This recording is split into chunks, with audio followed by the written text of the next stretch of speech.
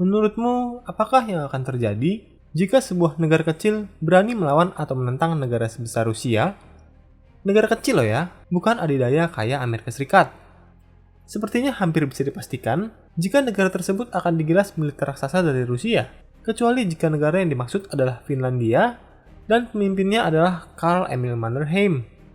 Dalam sejarah, Rusia dikenal sebagai sebuah peradaban yang sangat gemar menggunakan konflik untuk memperluas pengaruh serta mendapatkan kepentingannya. Di dalam politik internasional, hal ini disebut dengan pendekatan hard power. Kekuatan militer digunakan untuk menekan atau mengintimidasi sehingga lawan akan takut dan mengalah, yang kemudian akan mengikuti kepentingan dari sang kuat. USSR dan penerusnya Rusia terpaksa harus mengambil pendekatan ini karena secara ekonomi kekuatan mereka masih tergolong lemah dibandingkan negara-negara barat, terlebih pasca USSR runtuh dan munculnya kekacauan internal dalam politik Rusia. Makanya nggak heran kalau Rusia bisa dibilang sebagai salah satu negara yang selalu update mengenai teknologi persenjataan militer karena bidang ini memang sebegitu penting dan sangat berkaitan dengan bagaimana pemerintah Rusia menjalankan kegiatan diplomasi dan hubungan luar negerinya.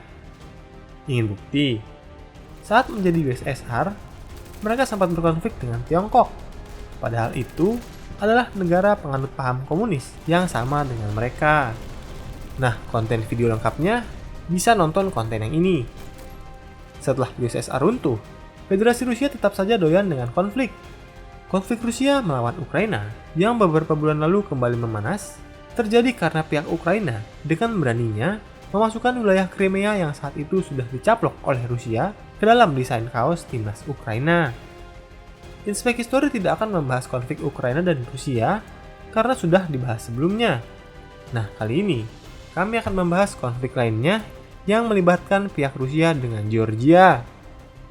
Konflik ini kemudian dikenal dengan Perang 5 Hari. Kira-kira seperti apa ya kisahnya? Untuk memahami kisah ini, pertama-tama yuk kita belajar mengenai sejarah singkat dari Georgia yang lokasinya berada di pegunungan. Georgia adalah negara pecahan USSR. Apabila kamu pencinta sejarah kayak Mimin yang lumayan teliti, kamu pasti menyadari bahwa Georgia adalah negara asal dari sang pemimpin besar USSR, yaitu Joseph Stalin, sang bapak dari sobat baku hantam. Tahun 1991, setelah keruntuhannya, USSR terpecah-pecah, setidaknya menjadi 15 negara yang berbeda, di mana Georgia adalah salah satu negara baru yang merdeka tersebut. Setelah berhasil menjadi negara yang berdaulat, Georgia sang negara muda ternyata menemui berbagai masalah baru, termasuk beberapa provinsi di wilayahnya yang menyatakan tidak puas dengan pemerintah pusat. Wilayah Abkhazia dan Ossetia Selatan bermaksud memisahkan diri dari Georgia. Namun deklarasi kemerdekaan kedua provinsi ini tidak diakui oleh dunia internasional.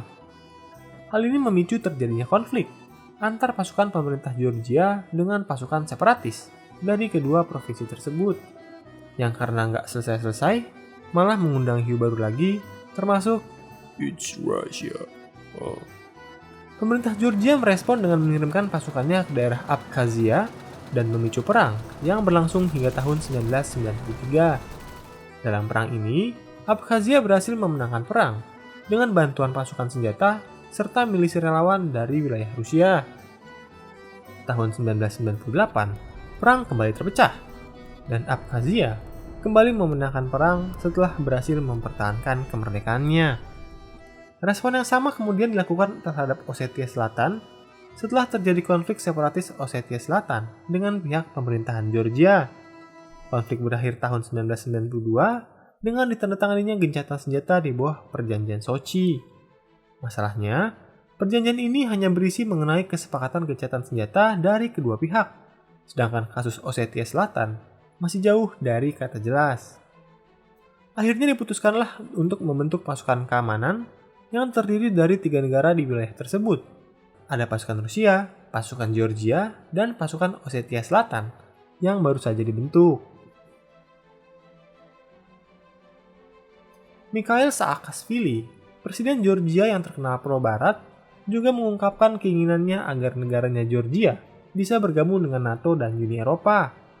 Hal ini memanglah langkah strategis, karena kita tahu bahwa Rusia adalah musuh dari NATO dan Uni Eropa. Niat Georgia tersebut tentu mendapatkan tentangan keras dari pihak Rusia. Di mata Rusia, bergabungnya negara-negara pecahan USSR di bawah NATO jelas adalah ancaman serius bagi keamanan geopolitik Rusia, sebab negara-negara ex-USSR ini memiliki wilayah yang berdekatan dengan Rusia.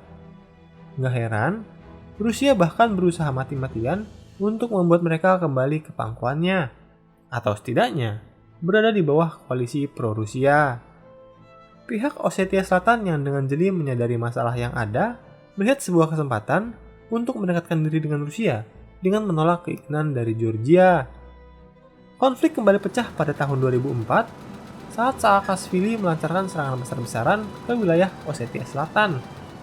Konflik antara Georgia dan Ossetia Selatan yang sudah lama membeku malah kembali membara. Karena serangan yang dilakukan oleh pihak Georgia ini, pihak Ossetia Selatan kembali mengadakan referendum pada tahun 2006. Hasilnya, Ossetia Selatan resmi memutuskan untuk memisahkan diri dari Georgia dan mendirikan Republik Ossetia Selatan. Bahkan di tahun yang sama, diselenggarakan pemilihan presiden di Ossetia Selatan. Eduard Kokoyety terpilih sebagai presiden pertama Republik Ossetia Selatan. Rusia kemudian mengakui kedaulatan Ossetia Selatan dan Abkhazia. Pengakuan Rusia terhadap kedaulatan ini kemudian menjadi awal mula konflik antara Rusia dan Georgia. Georgia tentu tidak terima dengan keputusan Rusia untuk mengakui kedaulatan Ossetia Selatan, bekas wilayahnya yang menjadi sebuah negara merdeka. 7 Agustus 2008, pemerintah Georgia resmi melakukan serangan ke wilayah kota Tsinvali yang adalah ibu kota resmi dari Ossetia Selatan. Pasukan Georgia yang jauh lebih besar tentu berhasil merebut kota tersebut dari tangan pasukan Ossetia Selatan yang jauh lebih kecil.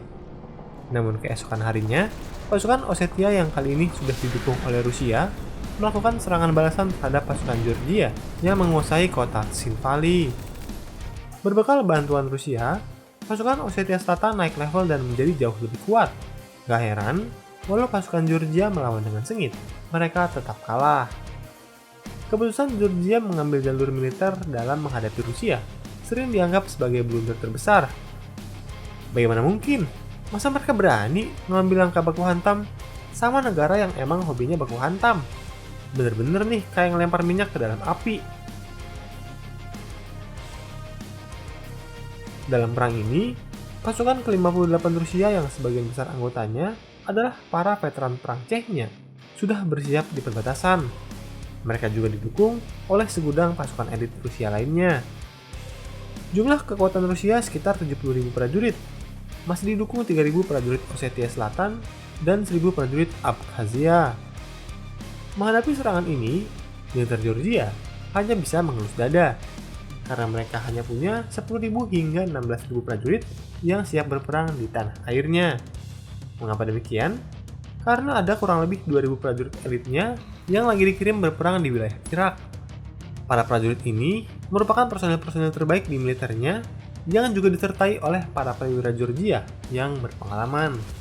Alhasil, Georgia harus menghadapi hal ini dengan kondisi yang cukup buruk.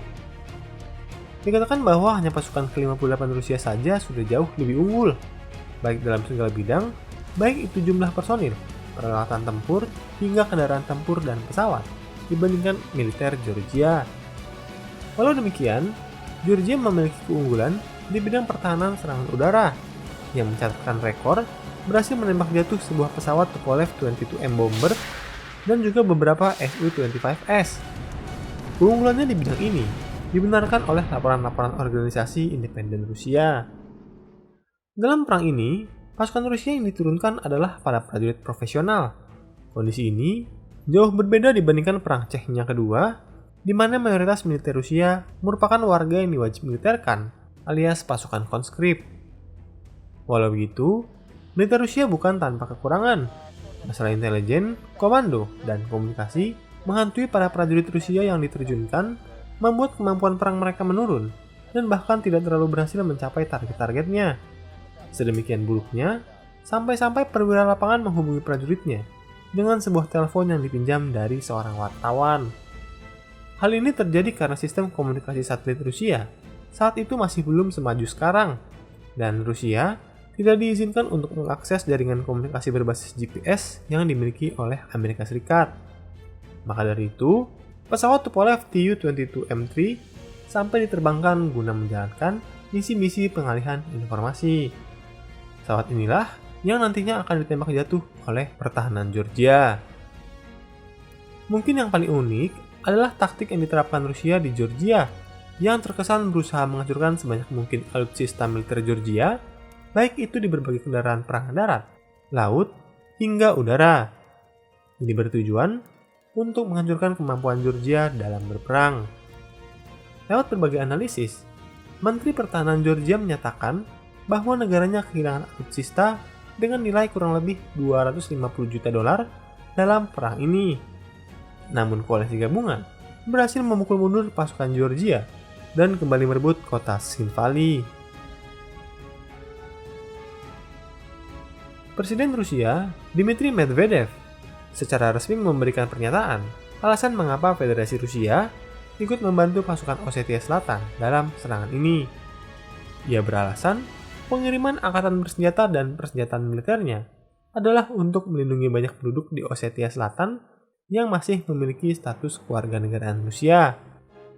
Yup, inilah alasan klasik para pemimpin negara kalau mereka lagi mau berperang. Berbeda dengannya, Presiden Georgia menyatakan bahwa ia memerintahkan pasukan Georgia untuk melindungi kedaulatan dan masyarakat Georgia dari invasi bersenjata yang dilakukan pihak Rusia. Intinya mirip-mirip lah, namanya juga politisi. Mereka yang ngomong, tentaranya lah yang maju berperang dan berkorban bagi negara. 10 Agustus, otoritas berwenang di Georgia menyatakan bahwa pasukannya telah ditarik mundur dari wilayah Ossetia Selatan. Ia juga meminta diadakannya gencatan senjata di antara kedua belah pihak. Namun begitu, pihak Georgia masih kedapatan sesekali melakukan serangan sporadis. Sebaliknya 11 Agustus, pihak Rusia dilaporkan telah maju ke daerah yang bukan wilayah Ossetia Selatan. Militer Rusia sengaja memasuki wilayah Georgia yang sebenarnya tidak terlibat dalam perselisihan sebagai bentuk balasan atas apa yang dilakukan oleh pihak Georgia. Lalu pada keesokan harinya, Presiden Prancis Nicolas Sarkozy menjadi perantara kedua belah pihak yang berselisih dengan memprakarsai gencatan senjata. Baik Presiden Rusia dan Presiden Georgia menandatangani kesepakatan gencatan senjata yang isinya bisa disimpulkan sebagai sebuah kemenangan bagi pihak Federasi Rusia. 12 Agustus menjadi hari berakhirnya perang antara Rusia dan Georgia.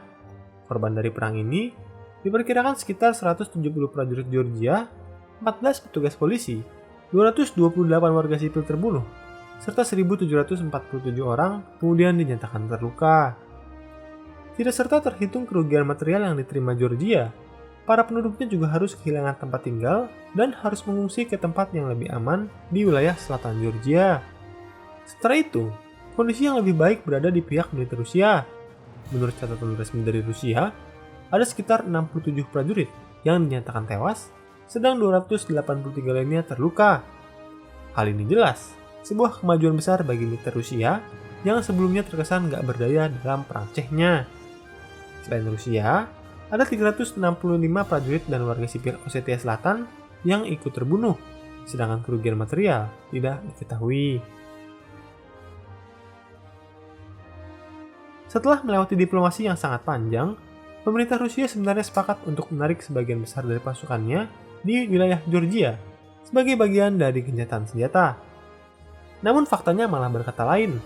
Beberapa pasukan Rusia masih terus berjaga senantiasa di pos-pos dekat Abkhazia dan Ossetia Selatan. Pada 26 Agustus 2008, Rusia secara resmi mengakui kemerdekaan Abkhazia dan Ossetia Selatan, sedangkan dunia internasional masih memandang Abkhazia dan Ossetia Selatan sebagai bagian dari Georgia. Hanya terdapat 5 negara PBB yang mengakui Abkhazia dan Ossetia Selatan sebagai negara yang merdeka, yaitu Nicaragua, Nauru, Rusia, Suriah, dan Venezuela. Georgia menuduh Rusia dengan memberikan iming-iming imbalan berupa bantuan militer kepada negara-negara sekutunya agar mereka mengakui kedua wilayah tersebut sebagai negara yang berdaulat. Sebagai contoh, Nicaragua menjadi negara kedua setelah Rusia yang mengakui kedua wilayah tersebut, disusul oleh Venezuela pada 10 September 2009. Jejak ini kemudian diikuti oleh Nauru, kemudian Suriah. Namun uniknya, Republik Rakyat Tiongkok, yang biasanya dikenal sejalan dan sehati dengan Rusia, malah menganut prinsip wait and see. Jika melihat dari jalannya perang, menganggap bahwa Rusialah yang bersalah atas perang ini. Dikutip dari republika.co.id, Perdana Menteri Georgia, Bidzina Ivanishvili, mengatakan bahwa Presiden Georgia terdahulu, yaitu Mikhail Saakashvili, perlu disalahkan. Ia mengatakan bahwa Presiden telah salah dalam menangani persiapan menjelang perang.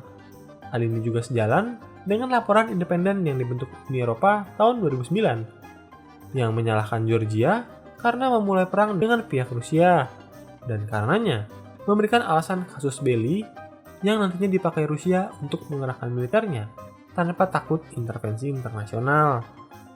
Merespon laporan ini, pihak Georgia justru menyalahkan bahwa pihak militer Rusialah yang telah melampaui batas dan melakukan pelanggaran hukum internasional, sedangkan pihak Georgia hanya sebatas membela diri dan urusan dalam negerinya. Tak hanya menyerang pihak Georgia, laporan tersebut juga menyatakan bahwa kedua belah pihak melanggar hukum kemanusiaan internasional. Laporan ini menemukan bukti yang menunjukkan bahwa terjadi pembersihan etnis terhadap warga keturunan Georgia di Ossetia Selatan. Dan itu, yang jarang diberitakan adalah ada lebih dari 100.000 warga sipil dari kedua belah pihak harus mengungsi karena tempat tinggal mereka berubah menjadi medan perang. Rumah-rumah yang biasa mereka tinggalin banyak banget yang akhirnya hancur sehingga mereka juga tidak bisa kembali. Tahun 2021, dalam peringatan untuk mengenang korban konflik dengan Rusia 13 tahun lalu, Perdana Menteri Georgia yang baru mendesak Rusia untuk bersedia menarik pasukannya mundur dari wilayah Georgia. Namun pihak otoritas Rusia dinilai gagal dalam mematuhi gencatan senjata tahun 2008 tersebut. Setelah gencatan senjata, sebagian pasukan Rusia yang seharusnya pulang kampung justru terlihat masih berjaga-jaga dan bertahan di tempat-tempat perlindungan mereka di dekat wilayah Ossetia Selatan. Ia menambahkan di konflik tahun 2008 tersebut, yaitu wilayah negaranya yang diserang oleh Rusia, dan Rusia masih menduduki sekitar 20% di wilayah negaranya. Saat itu, menghadapi gempuran-gempuran besar Rusia, Georgia memang mau tidak mau memilih jalan damai untuk menyelesaikan konflik tersebut.